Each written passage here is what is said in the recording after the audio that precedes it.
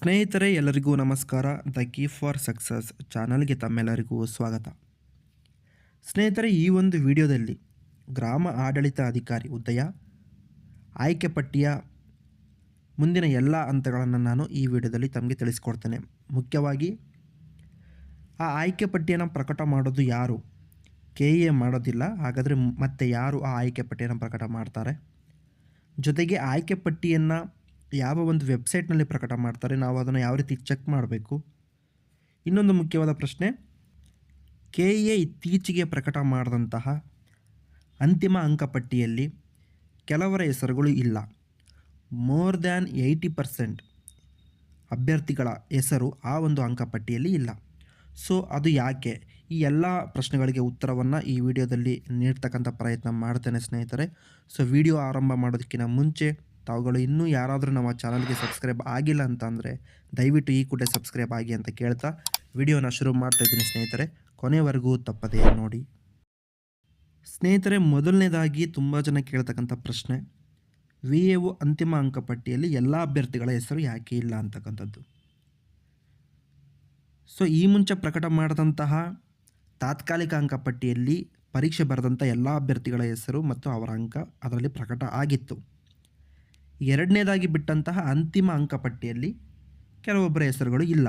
So ಆ ಪ್ರಶ್ನೆಗೆ ಉತ್ತರ ಏನು ಅಂತಂದರೆ, ಮೊದಲನೇದಾಗಿ ಕಡ್ಡಾಯ ಕನ್ನಡದಲ್ಲಿ ಯಾವೆಲ್ಲ ಅಭ್ಯರ್ಥಿಗಳು ಕನಿಷ್ಠ 50 ಅಂಕಗಳನ್ನು ಗಳಿಸಿದ್ದಾರೋ, ಅದರ ಜೊತೆಗೆ ಪತ್ರಿಕೆ 1 ಸಾಮಾನ್ಯ ಜ್ಞಾನ ಮತ್ತು ಪತ್ರಿಕೆ 2 ಸಂವಹನ, ಈ ಎರಡೂ ಪತ್ರಿಕೆಗಳಿಂದ 35% ಅಂಕಗಳು ಅಂದರೆ ಕನಿಷ್ಠ 70 ಅಂಕಗಳನ್ನು ಯಾರು ಗಳಿಸಿದ್ದಾರೋ, ಈ ಎರಡೂ ಎಲಿಜಿಬಿಲಿಟಿ ಕ್ರೈಟೀರಿಯಾಗಳನ್ನು ಫಿಲ್ ಮಾಡ್ತಕ್ಕಂಥ, ಅಂದರೆ ಕಡ್ಡಾಯ ಕನ್ನಡದಲ್ಲಿ ಮಿನಿಮಮ್ 50 ಅಂಕಗಳನ್ನು ಗಳಿಸಿ ಉಳಿದ 2 ಪತ್ರಿಕೆಗಳಲ್ಲಿ ಕನಿಷ್ಠ 2 ಸೇರಿ 70 ಅಂಕಗಳನ್ನು ಗಳಿಸಿರ್ತಕ್ಕಂಥ ಅಭ್ಯರ್ಥಿಗಳ ಹೆಸರನ್ನು ಮತ್ತು ಅವರ ಅಂಕಗಳನ್ನು ಮಾತ್ರ KEA ಅಂತಿಮ ಅಂಕಪಟ್ಟಿಯಲ್ಲಿ ಅರ್ಹತಾ ಪಟ್ಟಿ ಎಂಬ ಹೆಸರಿನಲ್ಲಿ ಬಿಡುಗಡೆ ಮಾಡಿರ್ತಕ್ಕಂಥದ್ದು. ಸೊ ಈ ಎರಡೂ ಕ್ರೈಟೀರಿಯಾಗಳನ್ನು ಫಿಲ್ ಮಾಡದೇ ಇರತಕ್ಕಂಥ ಅಭ್ಯರ್ಥಿಗಳ ಹೆಸರನ್ನು ಅಂತಿಮ ಅಂಕಪಟ್ಟಿಯಲ್ಲಿ KEA ಪ್ರಕಟ ಮಾಡಿಲ್ಲ ಸ್ನೇಹಿತರೆ. ಎರಡನೇದಾಗಿ, ಗ್ರಾಮ ಆಡಳಿತಾಧಿಕಾರಿಗಳ ಆಯ್ಕೆ ಪಟ್ಟಿಯನ್ನು ಪ್ರಕಟಿಸುವವರು ಯಾರು? KEA ಪ್ರಕಟ ಮಾಡುತ್ತಾ? ಇಲ್ಲ, ಈ ಒಂದು ಆಯ್ಕೆ ಪಟ್ಟಿಯನ್ನು KEA ಪ್ರಕಟ ಮಾಡೋದಿಲ್ಲ. ಹಾಗಾದರೆ ಆಯ್ಕೆ ಪಟ್ಟಿಯನ್ನು ಪ್ರಕಟ ಮಾಡೋರು ಯಾರು ಅಂತೇಳಿದರೆ ಆಯಾ ಜಿಲ್ಲೆಗಳ ಜಿಲ್ಲಾಧಿಕಾರಿಗಳು ಸ್ನೇಹಿತರೆ. ಉದಾಹರಣೆ, ಮಂಡ್ಯ ಜಿಲ್ಲೆ ಆಗಿದ್ದರೆ ಮಂಡ್ಯ ಜಿಲ್ಲೆಯ ಜಿಲ್ಲಾಧಿಕಾರಿಗಳು ಆ ಜಿಲ್ಲೆಯ ಗ್ರಾಮ ಆಡಳಿತಾಧಿಕಾರಿಗಳ ಆಯ್ಕೆ ಪಟ್ಟಿಯನ್ನು ಪ್ರಕಟ ಮಾಡ್ತಾರೆ. ಅದೇ ರೀತಿ ಮೈಸೂರಾಗಿದ್ದರೆ ಮೈಸೂರು ಜಿಲ್ಲೆಯ ಜಿಲ್ಲಾಧಿಕಾರಿಗಳು, ತುಮಕೂರಾಗಿದ್ದರೆ ತುಮಕೂರು ಜಿಲ್ಲೆಯ ಜಿಲ್ಲಾಧಿಕಾರಿಗಳು, ಹೀಗೆ ಕರ್ನಾಟಕದ ಆಯಾ ಜಿಲ್ಲೆಯ ಗ್ರಾಮ ಆಡಳಿತ ಅಧಿಕಾರಿಗಳನ್ನು ಆಯಾ ಜಿಲ್ಲಾಧಿಕಾರಿಯವರು ಪ್ರಕಟ ಮಾಡ್ತಾರೆ ಸ್ನೇಹಿತರೆ. ನೀವಿಲ್ಲಿ ನೋಡ್ತಾ ಇರ್ಬೋದು ಕರ್ನಾಟಕ ಪರೀಕ್ಷಾ ಪ್ರಾಧಿಕಾರದ ಒಂದು ಪ್ರಕಟಣೆ.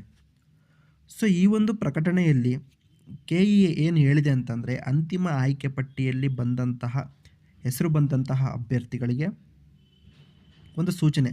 ಸೊ ಆ ಒಂದು ಅಂಕಪಟ್ಟಿಯನ್ನು, ಅಂದರೆ ಆಯಾ ಜಿಲ್ಲೆಗೆ ಸಂಬಂಧಿಸಿದ ಅಂತಿಮ ಅಂಕಪಟ್ಟಿಯನ್ನು ಸಂಬಂಧಪಟ್ಟ ಜಿಲ್ಲೆಯ ಜಿಲ್ಲಾಧಿಕಾರಿಗಳಿಗೆ ಹಸ್ತಾಂತರಿಸಲಾಗುವುದು.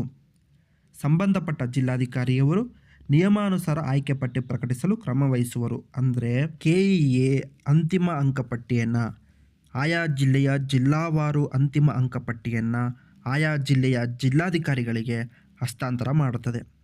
ಸೊ ಆ ಒಂದು ಅಂತಿಮ ಅಂಕಪಟ್ಟಿಯ ಆಧಾರದಲ್ಲಿ ಆಯಾ ಜಿಲ್ಲೆಯ ಜಿಲ್ಲಾಧಿಕಾರಿಗಳು ಮೀಸಲಾತಿಯ ಅನ್ವಯದಂತೆ ಒಂದು ತಾತ್ಕಾಲಿಕ ಆಯ್ಕೆ ಪಟ್ಟಿಯನ್ನು ಜಿಲ್ಲಾಧಿಕಾರಿಗಳು ಪ್ರಕಟ ಮಾಡ್ತಾರೆ ಸ್ನೇಹಿತರೆ. ಸೊ ಒಂದು ಆಯ್ಕೆ ಪಟ್ಟಿಯನ್ನು, ಗ್ರಾಮ ಆಡಳಿತ ಅಧಿಕಾರಿಗಳ ಆಯ್ಕೆ ಪಟ್ಟಿಯನ್ನು ಪ್ರಕಟ ಮಾಡೋದು KEA ಅಲ್ಲ, ಬದಲಿಗೆ ಆಯಾ ಜಿಲ್ಲೆಯ ಜಿಲ್ಲಾಧಿಕಾರಿಗಳು ಸ್ನೇಹಿತರೆ. ಇನ್ನು ಮೂರನೆಯದಾಗಿ, ಗ್ರಾಮ ಆಡಳಿತ ಅಧಿಕಾರಿಗಳ ಆಯ್ಕೆ ಪಟ್ಟಿ ಪ್ರಕಟವಾಗುವಂತಹ ವೆಬ್ಸೈಟ್ ಯಾವುದು? ಸ್ನೇಹಿತರೆ, ನಾನು ಈ ಮುಂಚೆನೇ ಹೇಳಿದಂತೆ VAOಗಳ ಒಂದು ಆಯ್ಕೆ ಪಟ್ಟಿಯನ್ನು ಪ್ರಕಟ ಮಾಡೋದು ಜಿಲ್ಲಾಧಿಕಾರಿಗಳು. ಹಾಗಾದರೆ ಅವರು ಪ್ರಕಟ ಮಾಡ್ತಕ್ಕಂಥ ವೆಬ್ಸೈಟ್ ಯಾವುದು ಅಂತಂದರೆ ಜಿಲ್ಲಾಡಳಿತದ ವೆಬ್ಸೈಟ್. ಪ್ರತಿಯೊಂದು ಜಿಲ್ಲೆಗೂ ತನ್ನದೇ ಆದ ಒಂದು ಜಿಲ್ಲಾಡಳಿತದ ವೆಬ್ಸೈಟ್ ಇರುತ್ತೆ. ಆ ಒಂದು ಜಿಲ್ಲಾಡಳಿತದ ಮುಖ್ಯಸ್ಥರಾದಂತಹ ಜಿಲ್ಲಾಧಿಕಾರಿಯವರು VAOಗಳ ಆಯ್ಕೆ ಪಟ್ಟಿಯನ್ನು ಜಿಲ್ಲೆಯ ವೆಬ್ಸೈಟ್ನಲ್ಲಿ ಜಿಲ್ಲಾಡಳಿತದ ವೆಬ್ಸೈಟ್ನಲ್ಲಿ ಪ್ರಕಟ ಮಾಡ್ತಾರೆ ಸ್ನೇಹಿತರೆ.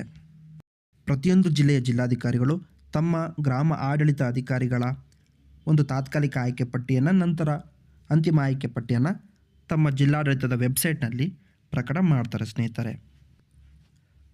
ಉದಾಹರಣೆಗೆ ನೀವಿಲ್ಲಿ ನೋಡ್ತಾ ಇರ್ಬೋದು ಮಂಡ್ಯ ಜಿಲ್ಲೆಯ ಜಿಲ್ಲಾ ವೆಬ್ಸೈಟ್ ಮತ್ತು ತುಮಕೂರು ಜಿಲ್ಲೆಯ ಜಿಲ್ಲಾ ವೆಬ್ಸೈಟ್, ಅದೇ ರೀತಿಯಾಗಿ ಬೆಳಗಾವಿ ಜಿಲ್ಲೆಯ ಜಿಲ್ಲಾ ವೆಬ್ಸೈಟ್. ಈ ಒಂದು ವೆಬ್ಸೈಟ್ಗಳಲ್ಲಿ ಆಯಾ ಜಿಲ್ಲೆಯ ಜಿಲ್ಲಾಧಿಕಾರಿಗಳ ಮಾಹಿತಿ ಕೂಡ ನಿಮಗೆ ಸಿಗುತ್ತೆ ಸ್ನೇಹಿತರೆ.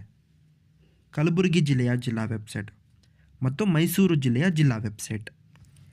ಸೊ ಈ ಒಂದು ವೆಬ್ಸೈಟ್ಗಳನ್ನು ತಾವುಗಳು ಕ್ರೋಮ್ಗೆ ಹೋಗಿ ಅಲ್ಲಿ ಆಯಾ ಜಿಲ್ಲೆಯ ಒಂದು ಹೆಸರನ್ನು ಟೈಪ್ ಮಾಡಿದರೆ ನಿಮಗೆ ಆ ಒಂದು ಜಿಲ್ಲೆಯ ಸರ್ಕಾರಿ ಜಾಲತಾಣ ನಿಮಗೆ ಲಭ್ಯ ಆಗುತ್ತೆ ಸ್ನೇಹಿತರೆ. ಸೊ ನೀವು ಯಾವ ಒಂದು ಜಿಲ್ಲೆಗೆ ಅಪ್ಲಿಕೇಶನ್ ಹಾಕಿದ್ದೀರಾ ಆ ಒಂದು ಜಿಲ್ಲೆಯ ಜಿಲ್ಲಾ ತಾಣವನ್ನು ನೀವು ಆಗಾಗ್ಗೆ ಸರ್ಚ್ ಮಾಡ್ತಾಯಿದ್ರೆ ನಿಮಗೆ ಖಂಡಿತವಾಗಿ ತಾತ್ಕಾಲಿಕ ಒಂದು ಆಯ್ಕೆ ಪಟ್ಟಿಯ ಒಂದು ಲಿಸ್ಟ್ ತಮಗೆ ಸಿಗುತ್ತೆ ಸ್ನೇಹಿತರೆ. ಸೊ ಇದಾಗಿತ್ತು ಸ್ನೇಹಿತರೆ ಈ ಒಂದು ವಿಡಿಯೋದ ವಿಶೇಷತೆ. ಈ ವಿಡಿಯೋ ಇಷ್ಟ ಆಗಿದರೆ ದಯವಿಟ್ಟು ಲೈಕ್ ಮತ್ತು ಸಬ್ಸ್ಕ್ರೈಬ್ ಮಾಡಿ ಅಂತ ಕೇಳ್ತಾ ಈ ವಿಡಿಯೋನ ಇಲ್ಲಿಗೆ ಮುಗಿಸ್ತಾ ಇದ್ದೀನಿ ಸ್ನೇಹಿತರೆ. ಎಲ್ಲರಿಗೂ ಧನ್ಯವಾದಗಳು.